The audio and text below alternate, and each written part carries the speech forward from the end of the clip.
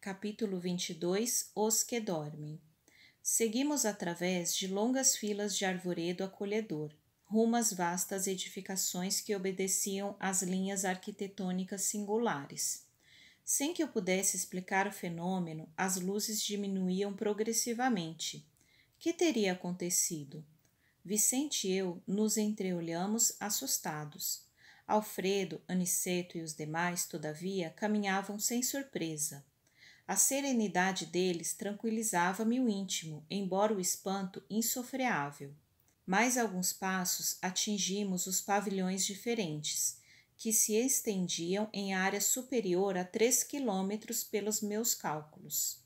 Lá dentro, contudo, as sombras se fizeram mais densas. Conseguia distinguir vagamente os quadros interiores, observando que se tratava, a meu ver, de espaçosas enfermarias com teto sólido, mas semi-abertas ao longo das paredes altas, dando livre passagem ao ar. Dezenas de operários, devotados e operosos, seguiam-nos em absoluto silêncio. Alfredo era o único a falar, notando-se, contudo, que se fizera extremamente discreto nas palavras.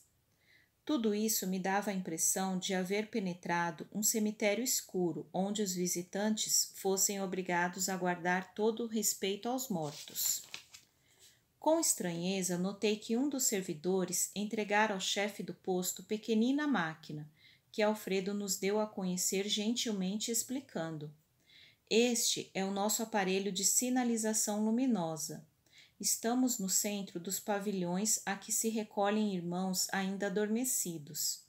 Temos aqui, presentemente, quase 2.000. Os numerosos cooperadores dirigiam-se em ordem para a zona de serviços que lhes competiam. Depois de pequena pausa, falou o administrador com firmeza. Iniciemos o trabalho de assistência. Ao primeiro sinal luminoso de Alfredo, acenderam-se numerosas lâmpadas elétricas.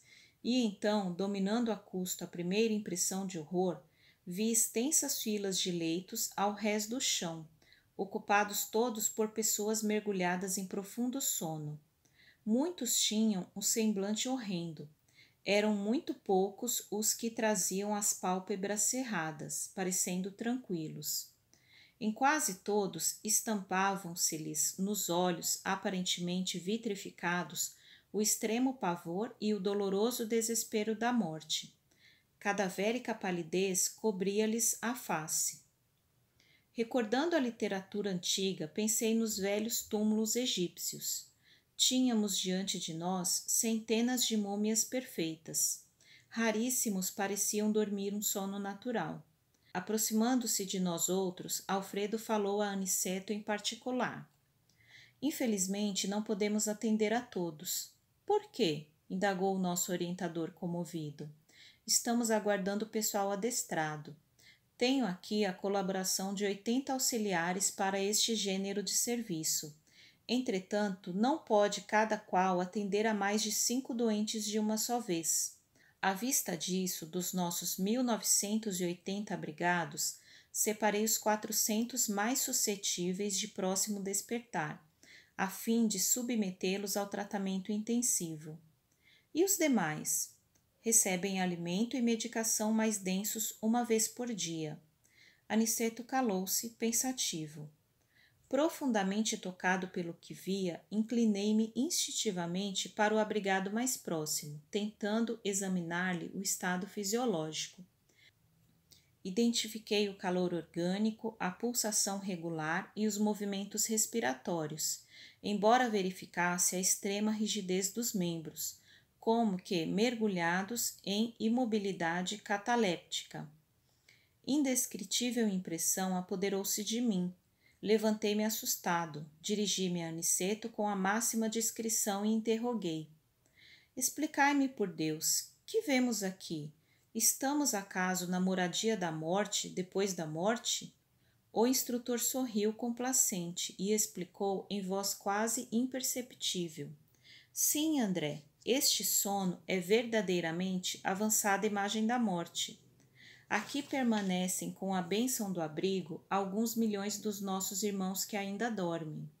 são as criaturas que nunca se entregaram ao bem ativo e renovador em torno de si, e mormente os que acreditaram convictamente na morte como sendo nada, o fim de tudo, o sono eterno. A crença na vida superior é a atividade incessante da alma. A ferrugem ataca a enxada ociosa. O entorpecimento invade o espírito vazio de ideal criador. Os que nos círculos carnais, homens e mulheres, creem na vida eterna, ainda que não sejam fundamentalmente cristãos, estão desenvolvendo faculdades de movimentação espiritual e podem penetrar as esferas extraterrenas em estado animador, pelo menos quanto à locomoção e juízo mais ou menos exato. No entanto, as criaturas que perseveram em negação deliberada e absoluta, não obstante, por vezes, filiadas a cultos externos de atividade religiosa, que nada veem além da carne nem desejam qualquer conhecimento espiritual, são verdadeiramente infelizes. Muitos penetram nossas regiões de serviço como embriões de vida na câmara da natureza sempre divina. Um amigo nosso costuma designá-los por fetos da espiritualidade. Entretanto, a meu ver, seriam felizes se estivessem nessa condição inicial. Temos a certeza, porém, de que muitos se negaram ao contato da fé, absolutamente por indiferença criminosa aos desígnios do Eterno Pai. Dormem porque estão magnetizados pelas próprias concepções negativistas. Permanecem paralíticos porque preferiram a rigidez ao entendimento.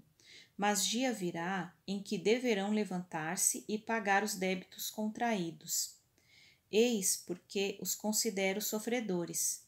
Primeiramente, demoram no sono em que acreditaram. Mais tarde, acordam, porém a maioria não pode fugir à enfermidade e à perturbação, como acontece aos irmãos dementados que vimos ainda há pouco. Grande o meu assombro, como Vicente se aproximasse, também para ouvi-lo, falou Aniceto esclarecendo a nós ambos. A fé sincera é ginástica do espírito. Quem não a exercitar de algum modo na terra, preferindo deliberadamente a negação injustificável, encontrar-se-á mais tarde sem movimento. Semelhantes criaturas necessitam de sono, de profundo repouso até que despertem para o exame das responsabilidades que a vida traduz. Observando que o nosso orientador se esquivava a comentários longos para que pudéssemos seguir de mais perto os trabalhos de assistência, calei a muitas indagações que me escaldavam a mente. Com exceção de algumas senhoras que permaneciam junto de Ismalha, todos os servidores se mantinham em posição de vigilância ao pé dos grupos mumificados. A luz artificial iluminava os leitos, que se perdiam de vista, mas observei que nenhum dos albergados reagia à intensa claridade que se fizera. Continuavam rígidos, cadavéricos, prostrados. Notei então que Alfredo começou a mover o aparelho de sinalização para emitir as ordens de serviço. Cada sinal determinava operação diferente. Vi os servidores do posto distribuírem pequenas porções de alimento líquido e medicação bucal, em profundo silêncio.